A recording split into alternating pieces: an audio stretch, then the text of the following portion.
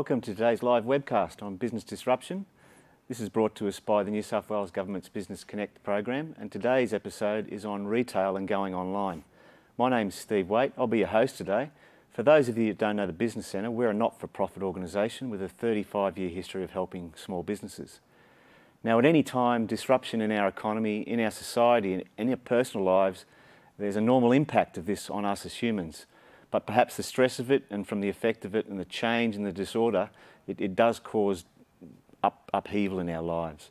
Today we'd like to view this from the perspective of retail, small business owners, and adapting to disruption by going online with your product or your offer, indeed your catalogue or your shop, or bringing it alive and translating that environment of your business to an online environment.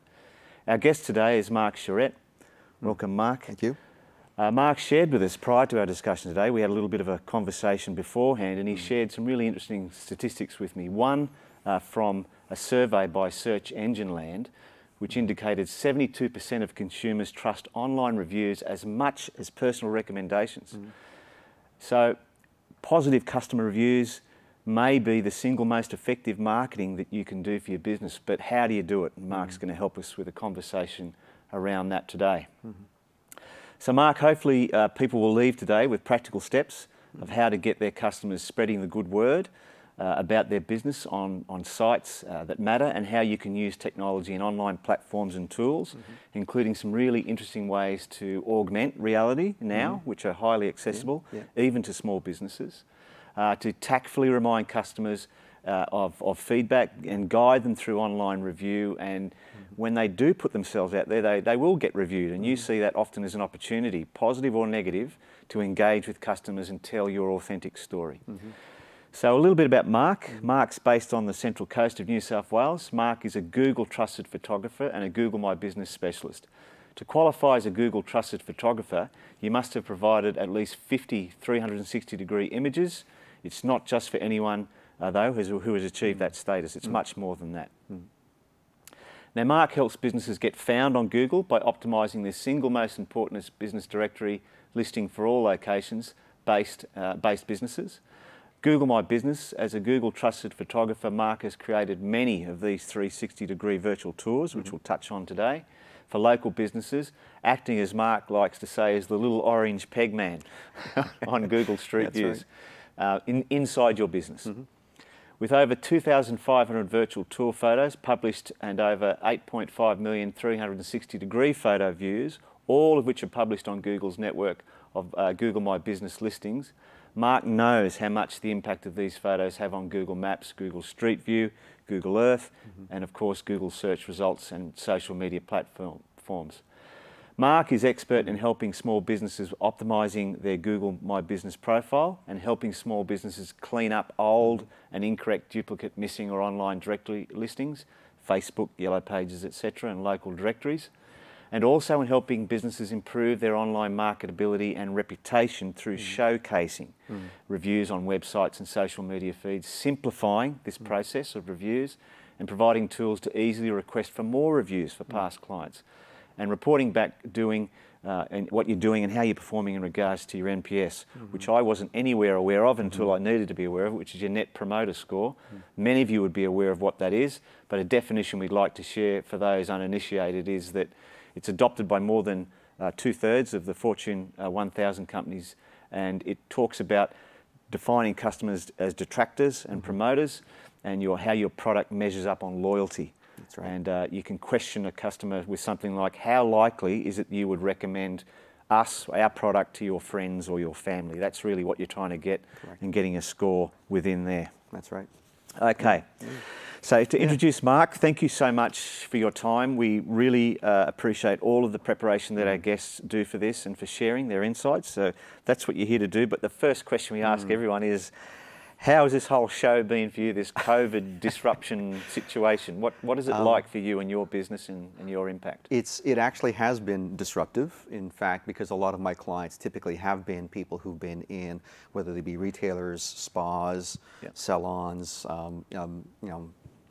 RSLs, Yeah. you know, all these kinds of places where you're actually, you know, very much customer facing. Yeah. And when many of them had to close down, they also had to look at where are they going to be spending their marketing dollars, because they have to look at the whole pie. They have to say, well, you know, if the revenues aren't there, what do we have to do to Yep. to make sure that we're sustainable during the close down period and able to re-enter the marketplace once things open back up again. Yeah. So many of them had to make a decision to say, you know, they're putting me on hold, and that's part of what they had to do. And I was totally okay with that. And in fact, it was part of a process of me helping them put them on hold. Yep. And so, Okay. so of course, you know, was I disrupted? Absolutely, yes.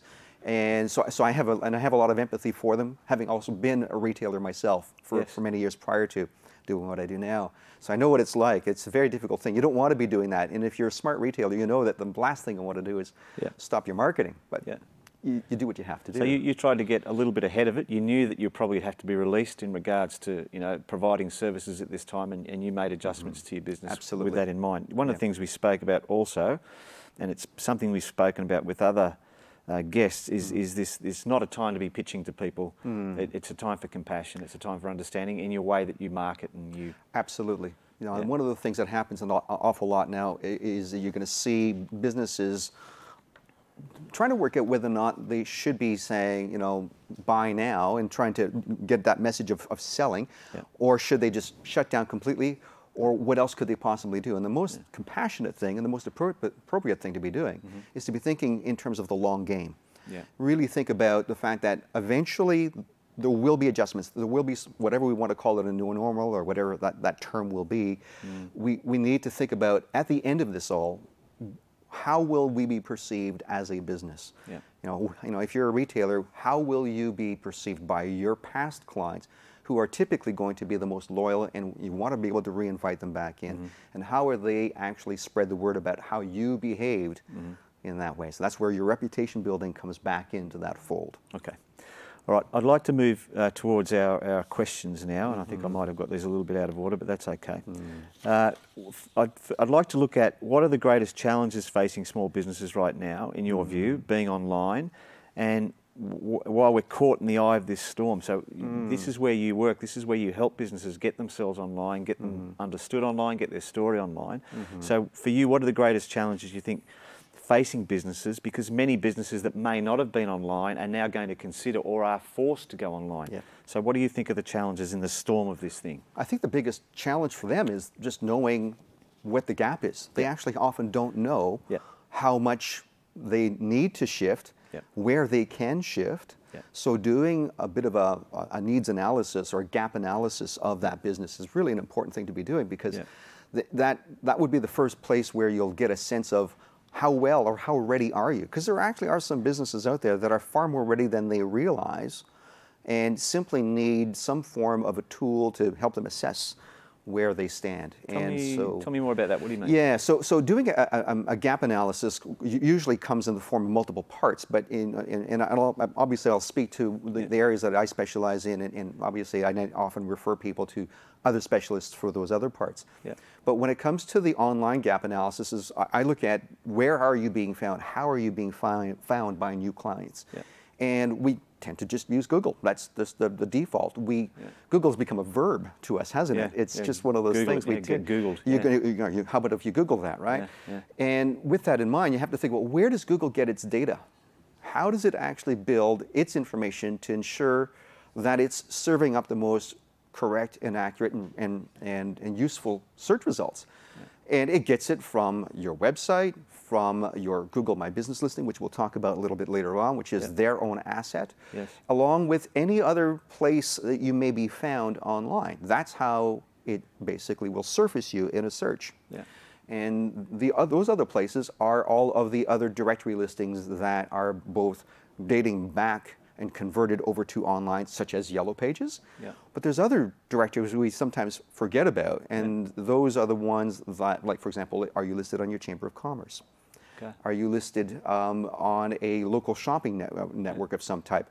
If you are a specialist service provider, have you actually been listed there? For example, if you're in the aged care industry, are you listed in the aged care facilities search engines?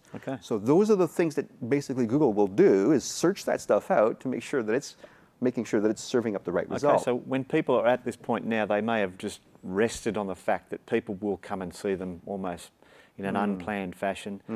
They will Google them, they will find them. But what you're saying is there's much more to going online than just having the website and having a listing. There's more that we can delve into there about Absolutely. And it's not to take away from the importance of the website, because that's the digital asset that every business definitely should have, and that they own, that they control. Because all of the other assets, essentially, you don't own them. You're essentially borrowing or renting space on someone else's platform to help bolster or to be found. So the website is still the single most important, but to make sure that you have a good idea as to where are you being found and how consistently are you being found. Okay. And this is where we can somewhat pull into the whole idea of exactly what makes it so that Google can produce a quality result.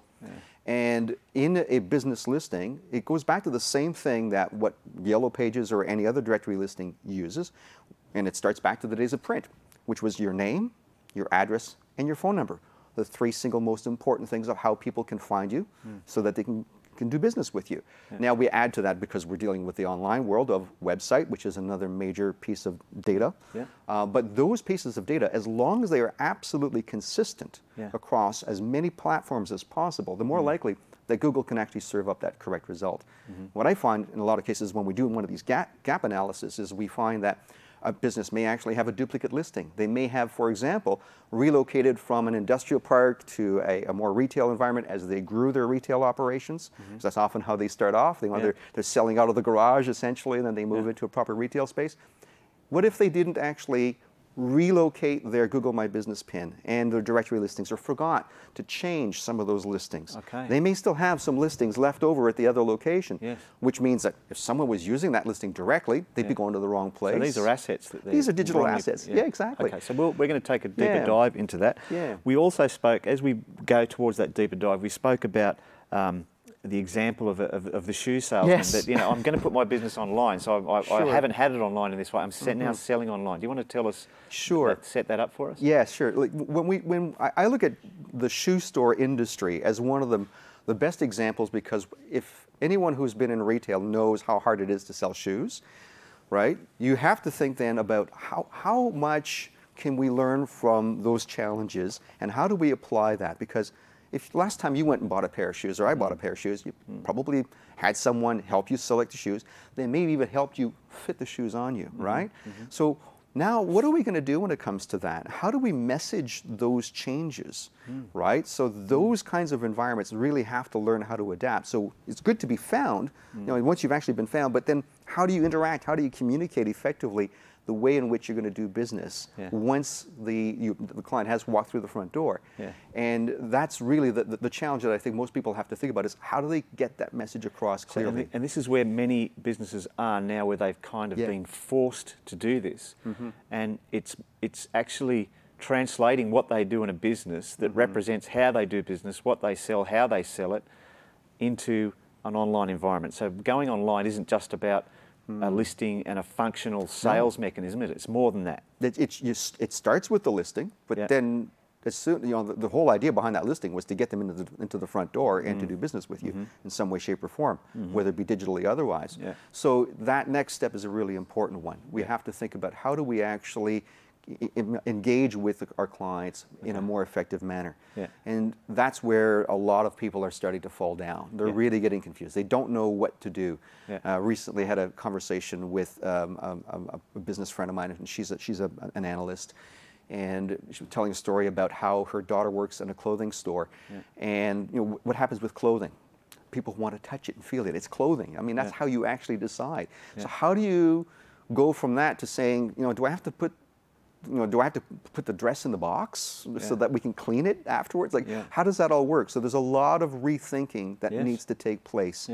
So that's going to be a challenge for a lot of businesses. So they have to think about, number one, communicate, ask, be open, and don't be offended by how people actually react to the way that you're doing things, because that's actually just information that'll help you grow into this new normal. Okay.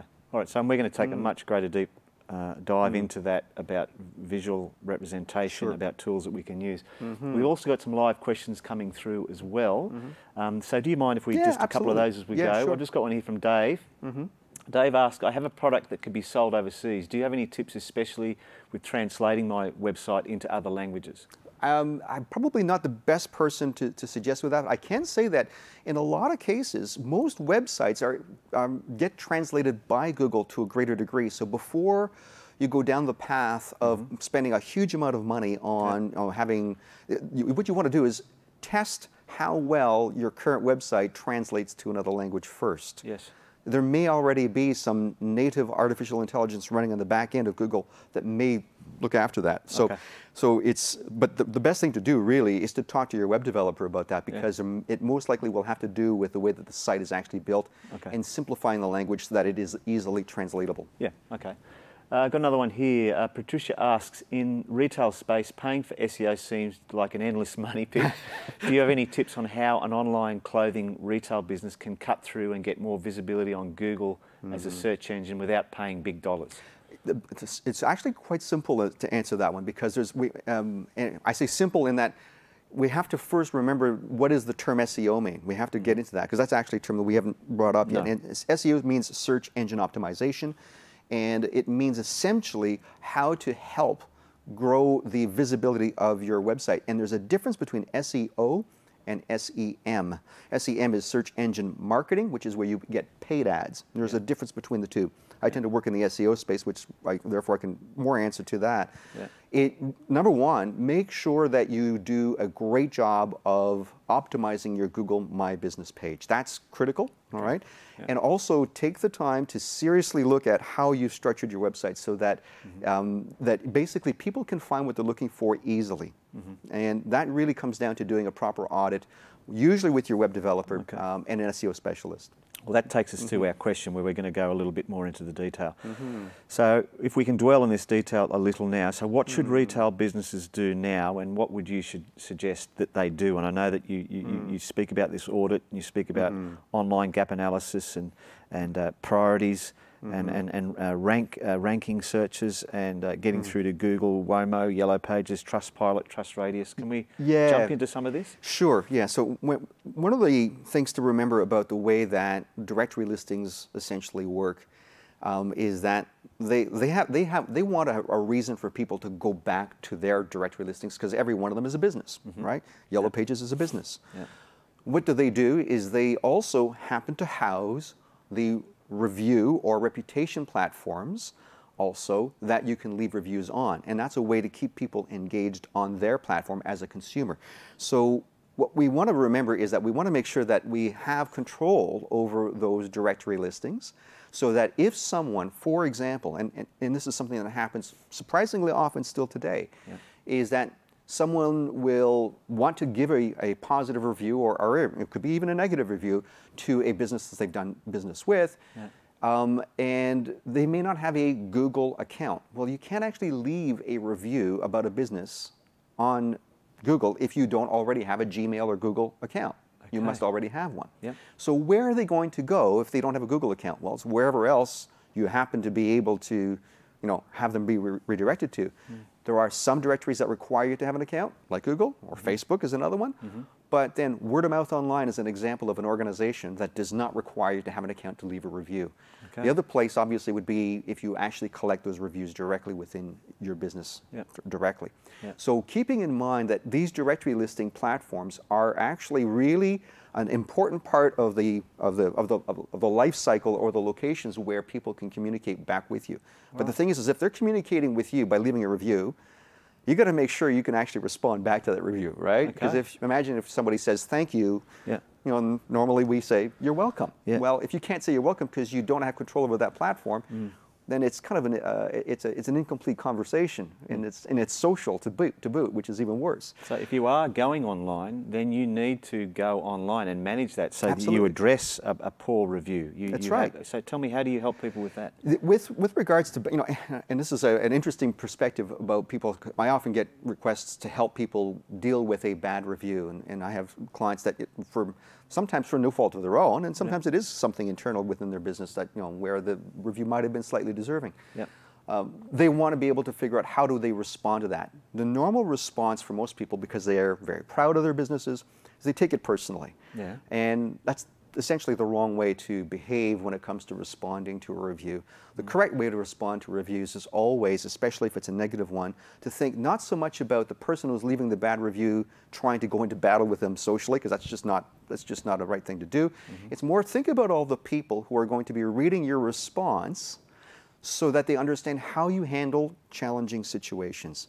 They're looking for people to do business. They want to do business with people who will actually respond positively to a negative situation. That says a lot more about the way that you operate as your business. So really, when you're dealing with reviews, you want to respond to the positive ones, and you also want to respond to the positive ones with language that is SEO friendly. All right. In a lot of cases, people forget this. When you respond in a review, it's actually okay to respond with a hashtag somewhere in there. That's actually something that might be helpful.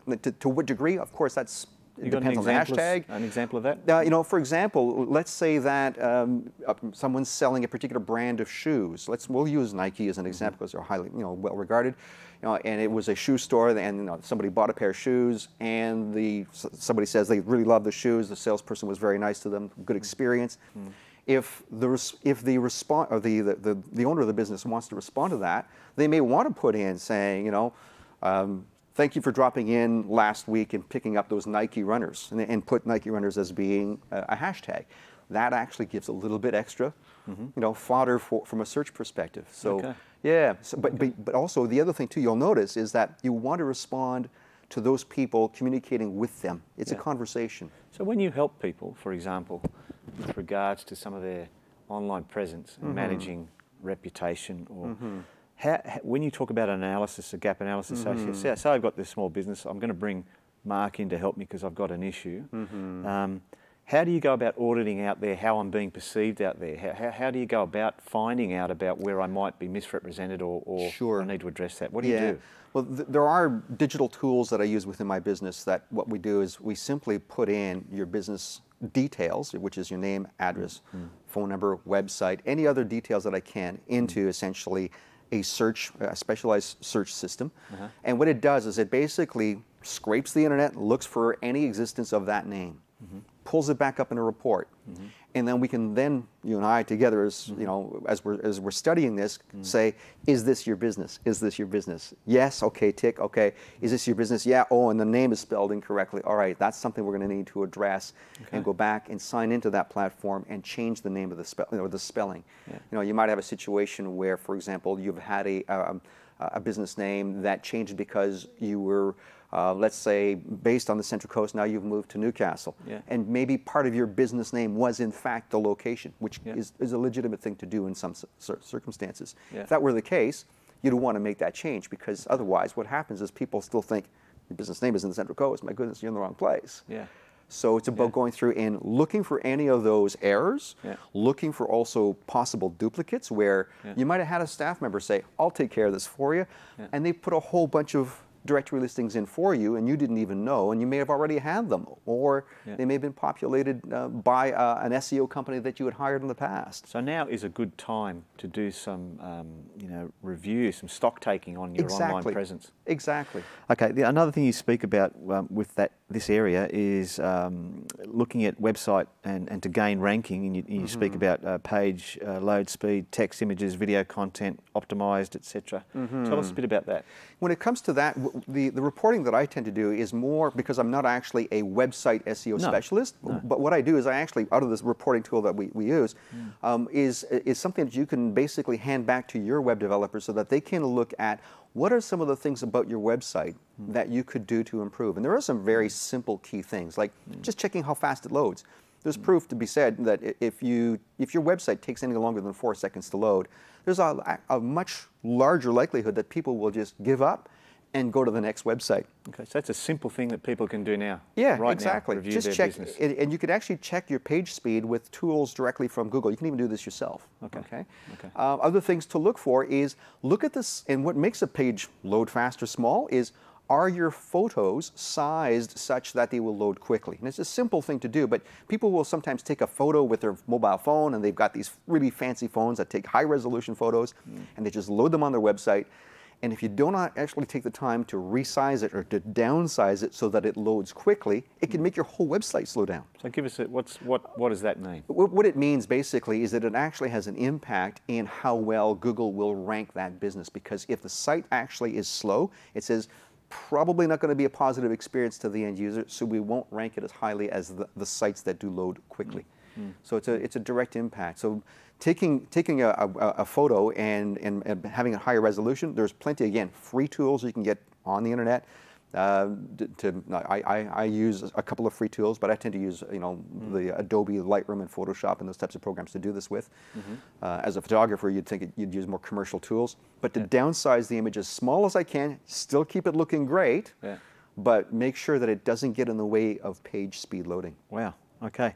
Now, when we had a conversation preparing for our conversation today, one of the areas we started to look into here were demystifying this area of virtual tours and authentic insights and experiences, and integrating this into your comms, your website, your social. So can you tell us a little bit about your experience there? Sure. Because it used to be that virtual tours, I recall for us, we sort of got into this about 2 years ago, and it was, I think we had the first Samsung 360-degree camera we'd use with a person who wanted to try a project.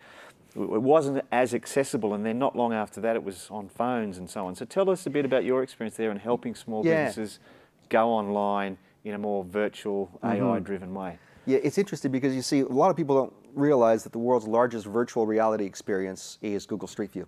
It's already out there. We've been using it for how long? We all, ask anyone who says, if you ask them, have you used Google Maps? Yes. You've used Street View? Probably. And more often to try to find a place or to, in a real estate search of some type. So most people are familiar with it.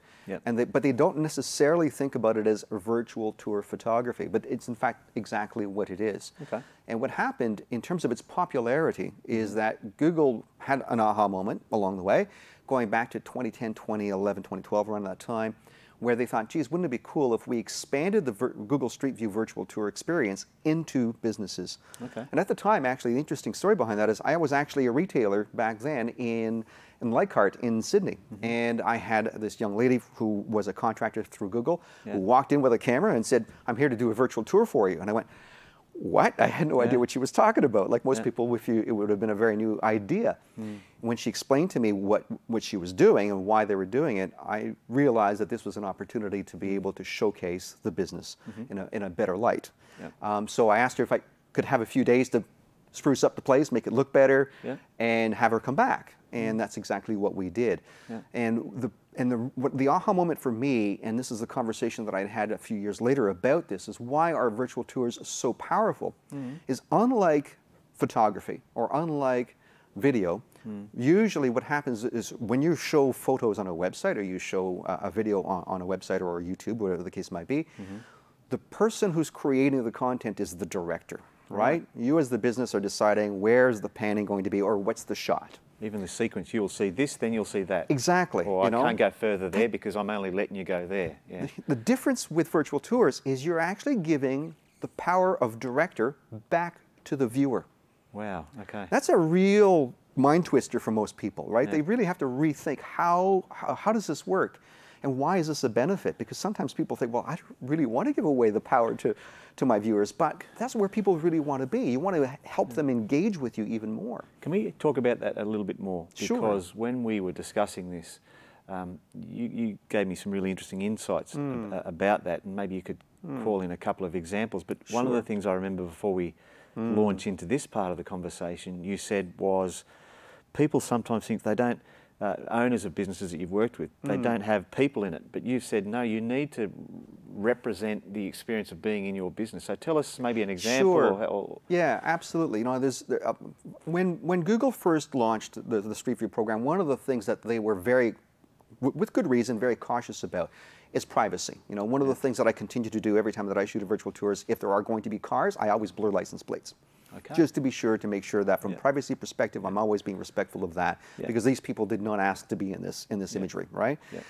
And for the longest time, they also requested that the people's faces be blurred for privacy.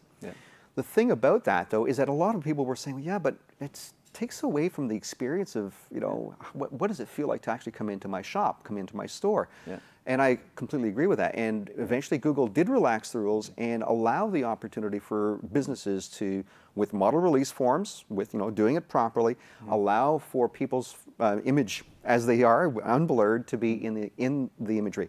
And I'm actually a big proponent of that for the most part. There are times and places when it's not appropriate. You know, if you've got children in there that you want to, you know, from a privacy perspective, or a particular type of business that where it might not actually be necessarily helpful. Yeah. But for the most part, when you have a virtual tour and you include people in it, it gives people that much more of an authentic experience of what it would be like to actually be there in person. In their shop, in their if they're facility. in shop, absolutely. You know, like if, for example, if I did a virtual tour for a pool supply company that's in just over in Lake Macquarie area a while back, and I made sure to get a couple of people in the store who were basically clients willing and happy to sign off a model release form to be in the shot, in the imagery. So I actually have the owner of the business handing over the invoice and the client taking the invoice and their product, happy, smiling people doing business, just like it would normally be. So it gives it that feeling of... So now is a time where we really should look at that. Absolutely, yeah. This is a great time to be able to actually think about how can we actually demonstrate the social distancing as we have to do. And I don't even like the term social distance. I prefer physical distancing. It's just my take on. I think it's a more appropriate way of saying it, because we still want to be social, and we want to demonstrate how we're being appropriately social. Okay. Right?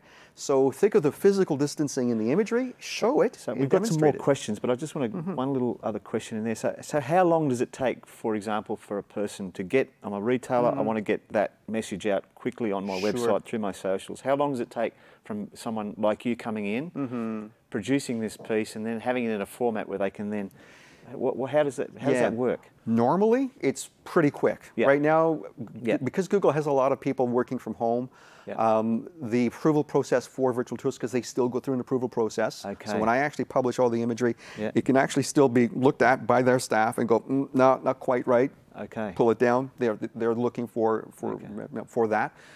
So that process takes a little longer. The process takes time, but what about but the actual shoot on site, doing it and seeing it? The actual production of the shoot on site. For example, I just quoted a job to do a blinds and shutters company that I'll be doing next week. It'll probably take me half hour to 45 minutes on site, maybe an hour for a small store, a small retailer. The post-production time to publishing time, that's typically about a week and a half, all going well. And in some situations, if someone is in a hurry to get it up live and Google can't go live, you can't put it on Google Street View right away, there are other means to publish that do have a little bit of a cost, because one of the beauties about Google is they actually don't charge you for hosting this imagery. It's free to host the virtual tour images themselves. You can do other things with them at a paid level, but you can actually still get that free thing. There are other platforms that are also paid if you really want to get it in a hurry. All right. So it's and it can be published in such a way that it can be suitable for socials, where it'll be a shorter length, and one where it might be a bit longer on a website. Exactly. Basically, the size of a virtual tour is really dependent on the size of the premises. So the larger, for example, when I did a virtual tour for the Crown Plaza in Terrigal, for many of their meetings and event spaces, that took quite a long time to shoot. And in fact, we actually spread it over 2 days to actually get it done properly, because I was also working with a couple of other photographers. And that type of a shoot will obviously take far longer, and also will take up more space if you wish to demonstrate it or to display it properly. But for the most part, it's not that big of a deal to add it to your website. Okay. We've got some questions coming through. We'll pop a few of those in. Brendan asks, there are so many listings and search platforms. How can this best be managed? One of the best ways to manage listings is usually through some form of a tool that you can purchase or pay for, or you can do it by hand. It's just a little harder. You could create a spreadsheet and just keep track of everything yourself. But there are tools that do monitor on an ongoing basis that exactly how your business shows up, your presence online. And that usually does require some initial setup. But once you've done that, what it does is essentially, on a regular basis, just has a look does what we call internally in the industry.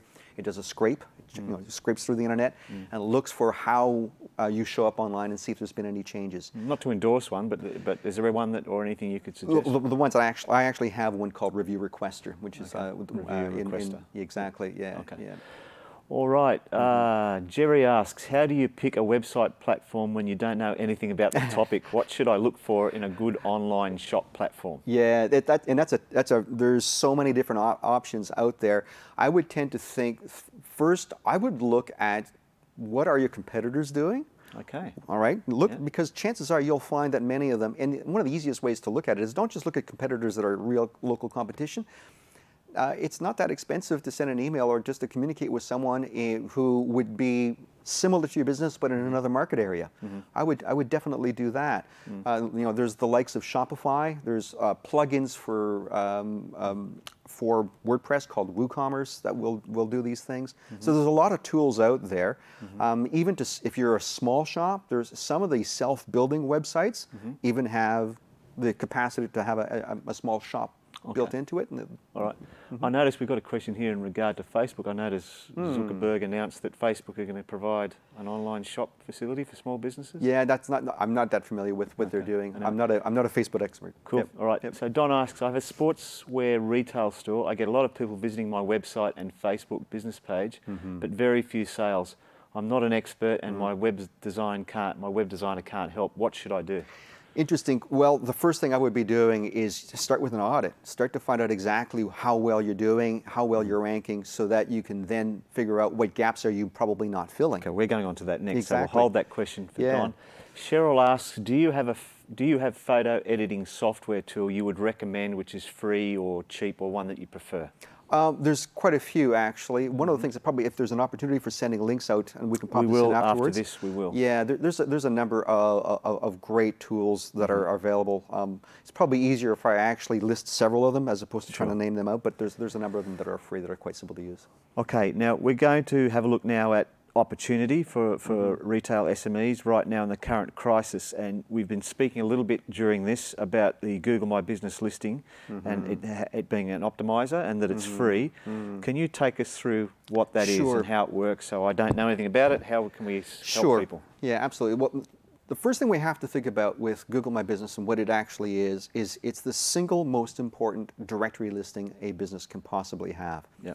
And if you think of, I've coined a hashtag around that, and if people want to follow on, the hashtag is herd of elephants, because I tell people, Google My Business is not the elephant in the room, it's a herd of elephants. It's that big and it's that important. Yep. You really need to think about how you take control of that listing. Yep. And inside the Google My Business listing, there's actually 11 key elements that make up what actually is. You might put that slide on. Yeah.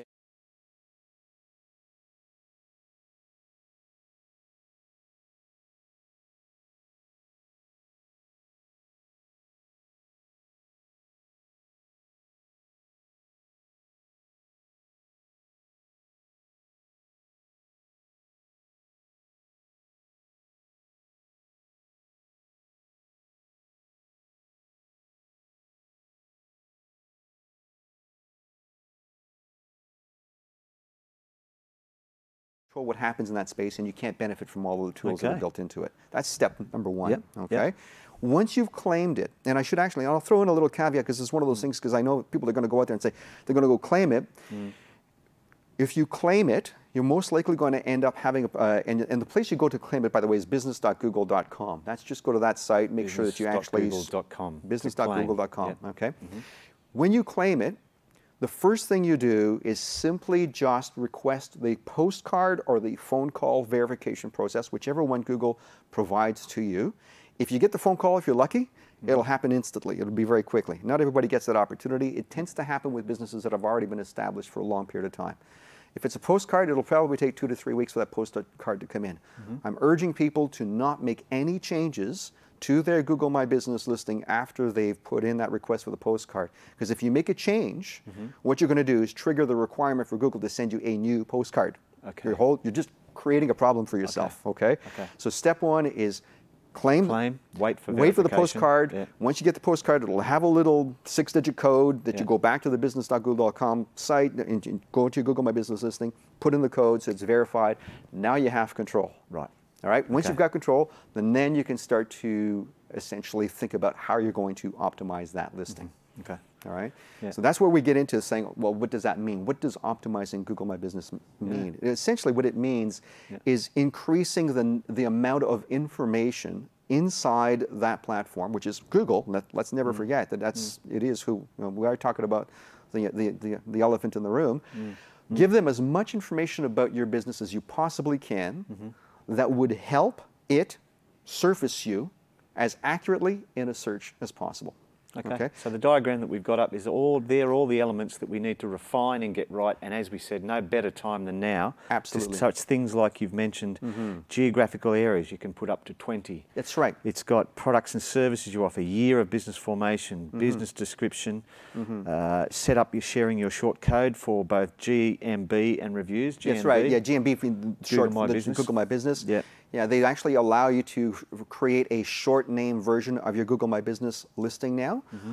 And they also provide you a short name listing to link to request a review from your past clients. Okay.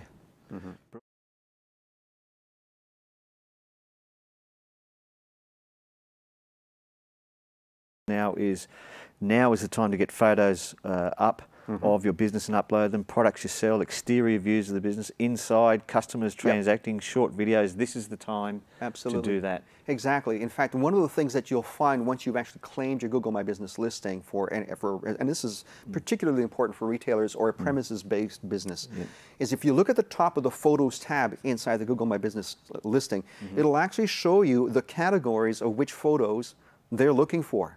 Let's just simply address it. It says, interior, team photos, products, exterior, 360 tour. It actually tells you what to do. So just, like it's a free platform. Yeah. From a hosting perspective, the only thing that will basically bring in cost is if you need to hire someone from a content creation perspective. Yes, indeed. Short of that, it's them helping you out. We've got some more questions. Natalie asks, is it difficult or a cumbersome process to change web hosts? My current provider has limited tools and analytics and I'm looking to change. It can be in some situations, yes. The challenge for most people that I've found is if they do not own or have access as administrator on their own website. The first thing that you want to do if you have a website is, and a lot of people will say, I'll go see a web developer, get a website done. Yeah. The web developer creates it for them. They, as a business owner, don't know anything about the internet and may have actually been provided administrator rights and never use them, don't know where it is. Make sure you've got control over that. Okay. Because this way it allows you to transfer it on to whoever you're going to work with.